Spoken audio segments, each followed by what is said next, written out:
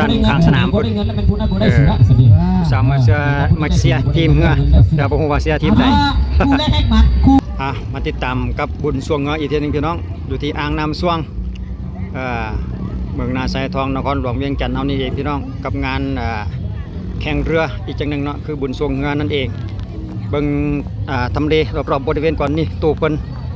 ตอนนี้อยู่ข้างสนามอีกฝั่งหนึ่งพี่น้องเดี๋ยวเจ้านายข้าพเจ้าจะพาทุกท่านไปพูดแหละจุดที่ว่าผามไซจุดที่ว่าเพิ่นเขาเส้นไซเพิ่นเลยพี่น้องติดตามและรับชมอีกทีนึงว่าในงานนี้นี่จะมีผู้คนหลายหน่อยสำใดเบาสาวหลายบ่มาชมมาเล่นบุญสวงเงือในมื้อนี้นี่เนาะพอดีกระทบกับมือวันเข้าพรรษาพอดีพี่น้องมื้อนี้วันที่29เดือนกรกฎาคมปี2026หลังจากใส่บาตรยันน้ำแล้วก็มาเลาะเที่ยวงานบุญเพื่อเอาบรรยากาศภายในบุญสวงเงือให้ทุกท่านได้เบิ่งไปนำบ่ว่าจะเป็น FC ภายในหรือต่างประเทศนะบ่ว่าจะเป็นพี่น้องลาวเฮาแดที่ว่าไปเหตุการณ์อยู่ต่างประเทศอยู่ไทยบ่อยู่ว่าอยู่เกาหลีอยู่อเมริกาก็ดีเนาะก็ได้เบิ่งได้เห็นไปนำในปัจจุบันอยู่บ้านเฮาเมืองลาวประเพณีงานบุญสวงเงือนี่ก็บ่ทิ่มบ่ปะว่าซั่นไปม่วนซื่นกันไปตามฤดูกาลพี่น้องข้าพเจ้าก็เป็นอีกหนึ่งตัวแทนที่ว่าเอาบรรยากาศอยู่ทางสปป.ลาวให้ทุกท่านได้รับชมไปนำว่าซั่นต่อไปเนาะเดี๋ยวเราจะยับง่ายไปพูดจุดใกล้ๆผามไซอีกทีนึงพี่น้องบรรยากาศใกล้ๆจะเบิ่งเฮือแดเบิ่งคู่คนแดประมาณนั้นช่วงนี้กับป่าวีที่แดนเราก็อาจจะลงคลิปสลับกันพี่น้องอาจจะมีเกี่ยวกับถนนหนทางแดเกี่ยวกับงานบุญประเพณีไปตามฤดูกาลแบบนี้แหละบอกว่ากันเนาะบรรยากาศในปัจจุบันใหม่ๆไปแต่ละฤดูกาลคันที่ว่าแล้วก็เป็นครั้งทำมิตรพี่น้องกับข้าพเจ้าที่ได้มาอ่างน้ำสวงมาอยู่ราวกับหลายฝ่าราปี30 ปีก็ว่าได้ผ่านมาแต่ว่าอยู่ในเขตเมืองนาไซทองเขตอ่างน้ำสวงนี่ยังไม่ทันได้มาเถื่อก็มาเห็นแล้วก็รู้สึกตื่นตาตื่นใจกับสถานที่ของเพื่อนอ่างน้ำเพื่อนเป็นแหล่งท่องเที่ยวที่สวยสดงดงามคือกันพี่น้องธรรมชาติบรรยากาศดีนี่เป็นกลางตุ้งกลางเต็นท์ไว้เป็นตูเป็นหลังอยู่กับริมน้ำแบบนี้เลยเบิ่งไปเป็นช่วงไปพี่น้องกับป่าวีนี่แหละมื้อนี้นะหลังจากใส่บาตรน้ำแล้วเนาะกลับมาเที่ยวชมงานบุญประเพณีบุญสวงเงืออยู่ที่อ่างน้ำสวงกันเลยในปัจจุบันเสียแต่ว่ามื้อนี้ฝนตกหมดเช้าเลยพี่น้องบ่แม่นแต่หมดเช้าหรอกแต่คืนพุ่นนะฝนนะหมดคืนแล้วก็จนสอดเช้ามื้อเช้าในตักบาตรก็ยังได้แข่งฝน ออกจากนั้นก็ต้องได้มีคันห่มไปนำว่าซั่นต่อไปมีแต่ฟ้าแต่ฝนแต่ในเวลานี้ก็รู้สึกว่าจะซ่าๆไปแดพอแต่เป็นละอองเล็กๆน้อยๆเนาะพอย่างเที่ยวยางเรียนได้ประมาณนั้นเป็นเรือ12 4 พายพี่น้องนี่จุดที่ว่ารถที่ว่าแกเรือมาเพิ่นก็เอาไว้อยู่ทางด้านนี้เนาะเต็มเลยแหละก็ยังดีอีกจังนึงคือสถานที่เพิ่นกว้างขวางสะดวกจอดสะดวกเที่ยวชมเที่ยวเล่นสะดวกย่างว่าซั่นต่อไปรอบๆบริเวณสนามเพิ่นนี่กว้างดีบรรยากาศก็ดีคนสิหลายบ่เนาะงานนี้เนาะรู้สึกว่าจะเป็นวงดนตรีดาวเหนือได้พี่น้องเฮาสังเกตเห็นป้ายไว้แล้วมาให้ความสนุกสุขสำราญมื้อแรงระเบิดความมันอีกทีนึงกับพี่น้องอ่างน้ำสวงนี่แหละบ้านไก่เงินเชียงแดประมาณนั้นมวนๆกันแล้วก็เรื่องดนตรีเพิ่นเกี่ยวกับปฏิบัติดาวเหนือคักหลายนี่เวทีเพิ่นท่านนี้พี่น้องเสียแต่ฝนนะมาตกขนาดฝนมาตกภายในคืนนี่คักหลายเสียกับบรรยากาศฝนมาตกก่อนเรียนให้มันไปแบบเพื่อนๆนิดนึงนะนี่ดาวเดืออยู่ทางด้านมาวิธีของเพื่อนก็อยู่ประมาณนี้แหละเอาควบคู่กันกับเบิ้งคู่คนไปน้ำพี่น้องว่าคนจะหลายซ้ำใจในงานนี้เนาะยังบ่แน่ใจว่าเขาลมถึงทางบ่เนาะนี่จุดนี้รู้สึกว่ายังบ่ทันฮอดจุดอันกรรมการเพิ่นก่อนสิเบิ่งเหือกับเบิ่งบรรยากาศริมตะฟังนี่ก่อนพี่น้องกองเสีย ดิโอ้วันนั่งเบิ่งเสียเหือนี่ก็ คักอยู่เด้อยู่กับริมน้ำเลยมักผู้ใดมักหิมมักริมมักแบบใดก็จัดไปตามอัธยาศัยได้เลยสำหรับจุดที่ว่าชมเรือฮะเนาะนี่จุดนี้ก็เป็นจุดที่ว่าทางสนามไซเบิ้ล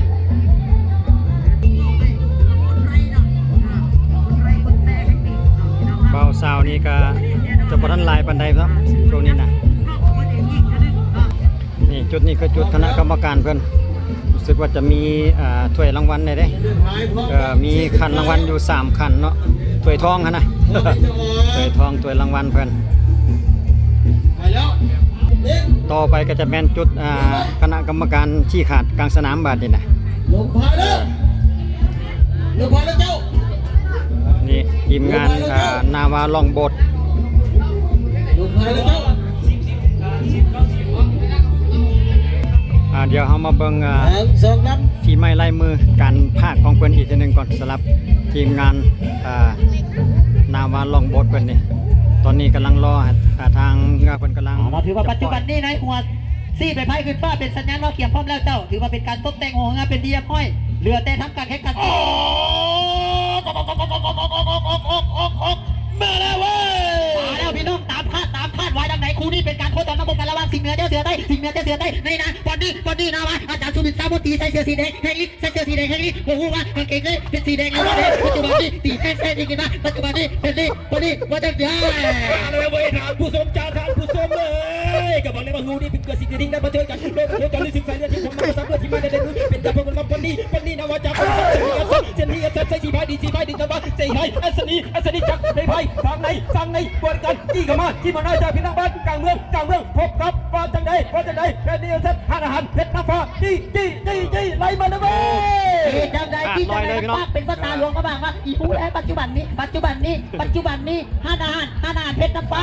น้ำหน้าจะหนีเล็กน้อยหาปานกลางน้ำหน้าจะหนีเล็กน้อยหาปานกลางปัจจุบันนี้นางบ่ทนบ่ถอยโมย่อเย่อาจารย์สุบินนางน้ำหลังโยว่าจะได้เอาเลยตังพลตังพาตัวนี้ก็จะเข้าเป็นเส้นชัยรวบลองน้ำสีแดงเขาเป็นที่หนึ่งเขาเส้นชัยก่อนลองน้ำสีแดงต่อมาผู้ทรงเกียรติตัดสินให้ลองน้ำสีแดงที่ผู้ชนะเจ้าบรรยากาศดีพี่น้องกองเสียเบิ่งแม่เพิ่นกลางเต้นแล้วก็อยู่จุดนี้เลยวันน่ะเบิ่งสายน้ำเพิ่นนะหนองน้ำซวงพี่น้องอยู่อ่างน้ำซวงบรรยากาศดี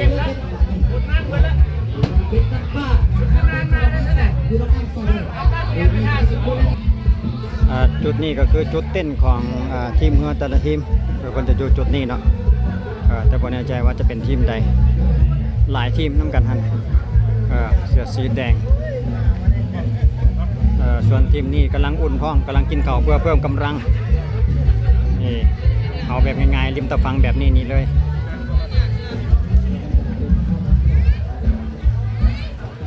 แต่ว่ายังบ่เห็นสื่อ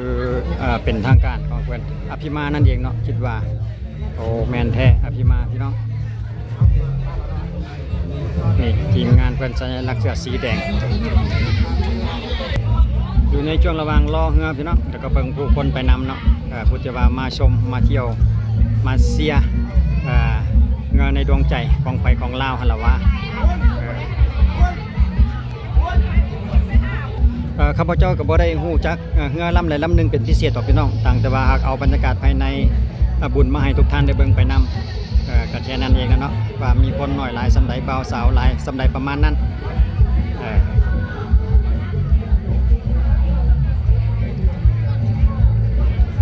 มาเสียเรือว่ะมาเสียเรือลำใดแซนดินว่ะโอ้เดี๋ยวเอามาเบิ่งทีมนี้จะบ่แน่ใจว่าทีมใดน้อยเกียรติมังกรใส่กับเขาฟังเสื้อนี่ดู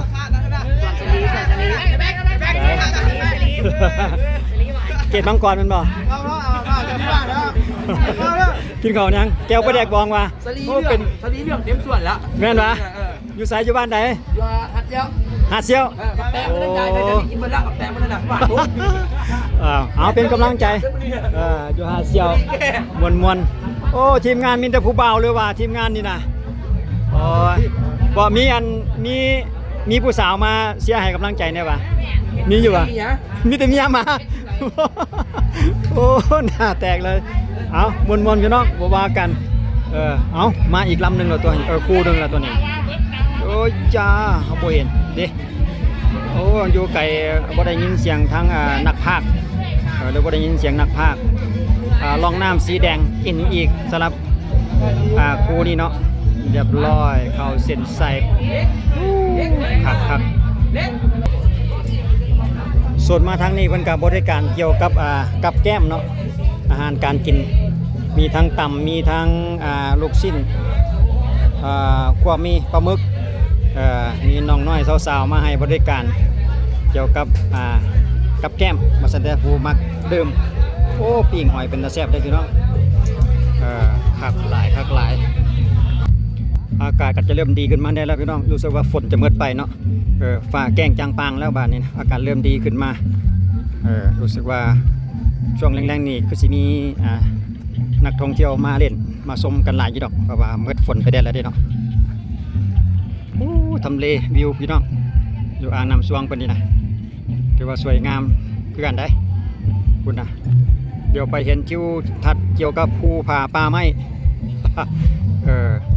เบิ่งคืนจุดจะว่าถามไซอีกทีนึงเด้สวยงามบ่รถกระลายสมควรส่วนแล้วรถจอดก็โอ้กว้างๆอยู่เด้จุดที่ว่าเป็นทางลาดยางนี่ฮะจุดที่ว่ารถจอดอยู่ฮะเนาะเพิ่นให้รถจอดแต่ว่าเพิ่นอาจจะมีการเก็บปี้เด้จุดที่ว่าเพิ่นลัดเก็บปี้อยู่ทางด้านนั้นพุ่นเนื่องจากว่าเพิ่นเป็นงานบุญของเพิ่นเนี่ยเนาะบุญบ้านเพิ่นก็ประมูลมาค่าบริการจอดรถจอดลาจะทางด้านนี้หลังจากเข้าไปภายในเพิ่นก็มีก็สะดวกจอดได้อยู่หั่นล่ะพี่น้องจอดหลายวันจอดกว้างๆอยู่นะส่วนเรือลำนั้นเพิ่นเอาขึ้นแสดงว่าตกรอบไปเด้ส่วนจุดนี้ก็จุดที่ว่าเพิ่นปล่อยเรือพี่น้องจุดที่ว่าเพิ่นปล่อยเรือนั่นเองเนาะแต่ว่าในเวลานี้เพิ่นยังจับฉลากเพื่อจะจับคู่กันอีกทีนึงนะเพราะว่าผ่านไปแล้วช่วงเก็บคะแนนอยู่ในระหว่างการรอเพื่อประกบคู่กันในรอบต่อไปรถแต่ง รถแต่งเดี๋ยวบรรยากาศภายในรอบสนามอยู่อ่างน้ำสวงก็จะประมาณนี้แหละพี่น้องอยู่จุดที่ว่าปล่อยเรือนะริมตะฟังกับบรรยากาศอยู่ดอกคักจะได้ไอ้เกิดสัมสองตอนนี้คณะกรรมการเพิ่นก็เอิ้นให้ทีมเนี่ยมอบ8ทีมสุดท้ายเอาเงือขึ้นไปเพื่อจะประกบคู่ลงมาถ้าจะเป็นทีมใดเนี่ยยังไม่ได้ใจต่อไปจะเป็นรอบ8ทีมสุดท้ายนั่นเองเนาะเบิ่งบรรยากาศทางด้านข้างสนามอีกทีนึงจุดนี้ก็คือทางนักพากย์กรรมการเฮากรรมการเพิ่นสีไฟดีสีไฟดังทั้งสองหมู่บ้านบวกกันเทพตุลาดับและขวัญเจ้าซ่าอยู่ลำนับสีฟ้าส่วนคู่ที่3เป็นการพบกันระหว่างเอาเย็นส่วนเรือทั้ง8ทีมลงไปเรือได้จุดปล่อยเลยเพราะว่าคณะกรรมการจุดปล่อยเรือพร้อมแล้วส่วนเรือยาวสร้างกีฬาเพิ่นก็ขึ้นไปที่เรียบร้อยเตรียมที่จะไปยังจุดปล่อยเรือทางด้านหน้าพูนริบๆเราเห็นแต่ทุ่นริบๆพุ่นแหละพี่น้องคณะกรรมการเพิ่นก็ชี้เรือไปนำหน้าพาทางแล้วรอบ8ทีมรอบ8ทีมสุดท้ายปรากฏการณ์ที่จะเกิดขึ้นเพราะยังไม่มีคนหนึ่งอย่างและสังเกตในการแข่งขันของเขาเพราะเขาจะเกี่ยวเลี้ยวเกี่ยวรัวเกี่ยวเฮ็ดเนาะเดี๋ยวเอาติดตามรับชมอีกว่าเพิ่นจะปล่อยคู่ใดมาก่อนอีกทีนึงเย็นเซินอภิมาบังเวียงเจ้าจักรตาปัตตยงต่อดาพี่น้องอาจารย์บุญเกิดยังไงเนาะตาดงๆธรรมดามาเจอกับรอบ8ทีมถือว่ารวดเร็วแน่แม่นซิดเอกซีอรหันต์ทั้งนั้นเนาะถือว่าของแท้จังดักแข็งอยู่นั่นมันบ่ได้เชื่อว่าซั่น โอ้ผู้บ่าวบ่เรียนผู้สาวบ่เสียดอกบ่เคยผู้สาวมาเชียร์อยู่ทางด้านข้างสนามพุ่นผู้สาวมาเชียร์ทีมเงือแต่บ่ฮู้ว่าเชียร์ทีมใดคู่และแฮกบัตรคู่สิไผดีสิไผดังมาจากกันนรกเงือตำบิดเนาะทั้งหมดจะมีอยู่12ลำว่าซั่นเด้ทั้งหมดมี12ลำเงือจะบ่หลายปานใดโอ้ผู้บ่าวเงือช่วงได้เห็นผู้สาวของเชียร์บ่ได้เด้เป็นกำลังใจม่วนๆพี่น้องเอ้ยบ่ว่ากัน สำหรับทีมนี้ก็นาวาศักดิ์สิทธิ์เตรียมที่จะมาลงใส่สูทสีเขียวสีเขียวเหนียวแน่นเอาขอให้โชคดีแต่ละลำจะไปพ่อกันสนามใหม่พี่น้องบุญลายสายยาไปพ่อกันอยู่ที่สนามบางซ่าไป ไปนาวาศักดิ์สิทธิ์เกินเงาไปเตรียมที่จะไปจุดปล่อยเงานั่นเองเดี๋ยวเอาเบิ่งทางกองเชียร์อยู่ทางริมฟังอีกทีหนึ่งเด้สาวๆ4-5 คนมาเป็นกำลังใจให้ทีมเงาเพื่อนนะพี่น้องสลับกองเชียร์เพื่อน นาลองของเสียโอเคเพิ่นอยู่ในรองน้ำสีฟ้าจะมาขับเคลื่อนในจังหวะตะขวายมาสั่งเพิ่นว่ายังสีพายจักรต้าปักกระยุงอยู่มุมใดเจใดเนาะเสื้อสีขาวสีขาวแนมเบิ้ลขาวเจ้าเด็กขอบทางสนามงานแข่งเงินนี่แหละใกล้คณะกรรมการนี่แหละ ตอนนี้เขา ตามมาผลงานคนนี้ทีนึง ดีโมแล้วใครได้ที่เขาไปยืนอยู่รอบ4ใครเสียไปฟ้อนระบบกับดาวเดือพี่น้องเองติดตามชมกันทั้ง2 นัดเกาะแล้ว เหยียบแล้ว ไม่พายกขึ้นฟ้าลงแล้ว วาสัต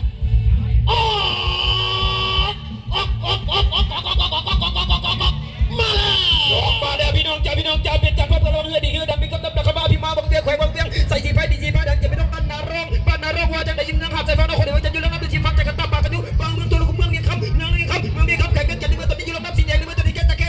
พายยิงพายยิงเสียพายยิงเอาหอมที่พายยิงตัวเลยเป็นมอทำดีนี่มาตอนนี้ตัวคุกตะไคร้ในหอมแก้มแต่มาแล้วนัวเนียมาแล้วไล่กดโค้หอมแก้มมาได้กี่บอลนี่มาตอนนี้จะกันตาดีพี่มาไล่หันดื้อบอลกันเราไว้พี่น้องไอ้สองสายบุญที่ชนะกับโจมกำลังช่วงไอ้ดีปัจจุบันนี้กำลังเดือดพี่น้องแดงเดือดในวันนี้ปัจจุบันนี้อภิมาใส่เสื้อสีแดงตาสลิปแดงยังบอกพูดว่ากรรมการมาแล้วปัจจุบันนี้จะจะดีประการอะไรเลยปัจจุบันนี้ในเมืองต่างสายตาจะยังขอพูดจุดวันอะไรเอาหาเจอเลยนักเจอปลาหาสิบเอ็ดจุดท้ายในสิ่งเกิดมันจะต้องพายยิงไปตัวหนึ่งคนทำนี่แล้วอภิมาลงจากกระตาปากกระดุมมันจะเป็นกระตาปากกระดุมอภิมาจากกระตาอภิมา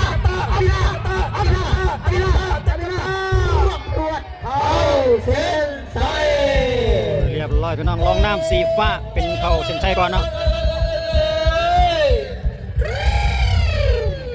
ในกรรมการบอลเซอร์ตัดสินให้ลงน้ำสีฟ้าเป็นผู้ชนะเจ้าระหว่างบางสลีวันกับเทพสินไซสอนไซโอตุเทพตุรารักบวกเบาสลีหวานนี่ถือว่าเมื่อกี้นี่เป็นเบาส่วนแตกเป็นเส้นที่แซนดินช่วงแรงนี่รถยาวเหยียดเลยพี่น้องผ่านงานบุญใหญ่ว่ะขับแท้บรรยากาศก็ดีพี่น้องเลยมื่อนี้นะมันบ่ฮ้อนฝนก็เซาไปตอนแรงนี่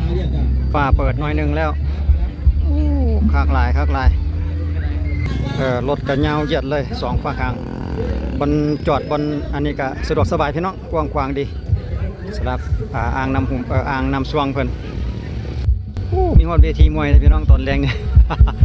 มีตีมวยพร้อม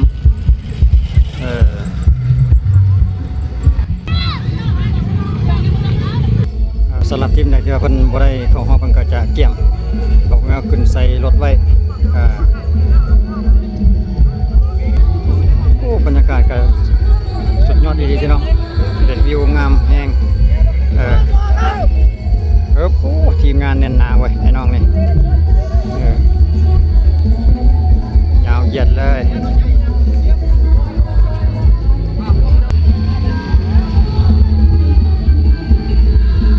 นี่เทคนิคของเพิ่นก็อยู่ประมาณนี้แหละเอาเงาขึ้นใส่รถ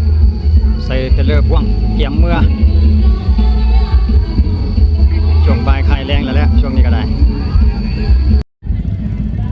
ผู้สาวเพิ่นมาเล่นเลย2 สาวนี่ขี่รถคันบักใหญ่มาคักหลายเพิ่นมาถ่ายคลิปเพิ่นถ่ายวิว ถ่ายรูปให้กันที่ระลึกคลิปวิดีโอเขาก็จะมีแต่ซ้ำนี่แหละพี่น้องช่วงถ่ายคลิปเอาบรรยากาศทางด้านริมตะฟังอยู่ทางข้างแคมเงิมแคมอ่างน้ำสวงให้ทุกท่านได้เบิ่งอีกทีนึงก่อนที่จะปิดคลิปเนาะบรรยากาศงานบุญสวงเฮืออยู่ทางอ่างน้ำสวงให้ทุกท่านได้ติดตามและรับชมอีกทีนึงสำหรับคลิปวิดีโอนี้กับเพียงเท่านี้แหละพี่น้องขอบใจ FC การติดตามและรับชมอยู่ดีมีแห้งเดินทางปลอดภัย ไปใส่มาใส่ก็ปลอดภัยทุกเส้นทางเด้อพี่น้องเอ้ยสำหรับ FC ทุกท่านที่ติดตามรับชมไว้เจอกันในคลิปต่อไปพี่น้องสำหรับคลิปนี้ขอบใจสบายดี